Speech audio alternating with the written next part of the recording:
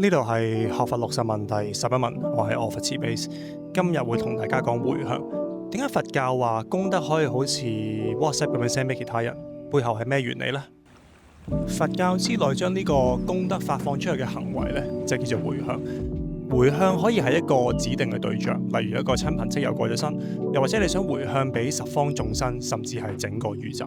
當你念經、布施或者做完善事之後呢，你選擇唔將佢自己收埋，你將佢開心 share，你使用心力將呢一份善業變咗一個祝福嘅力量咧，再擴散開去。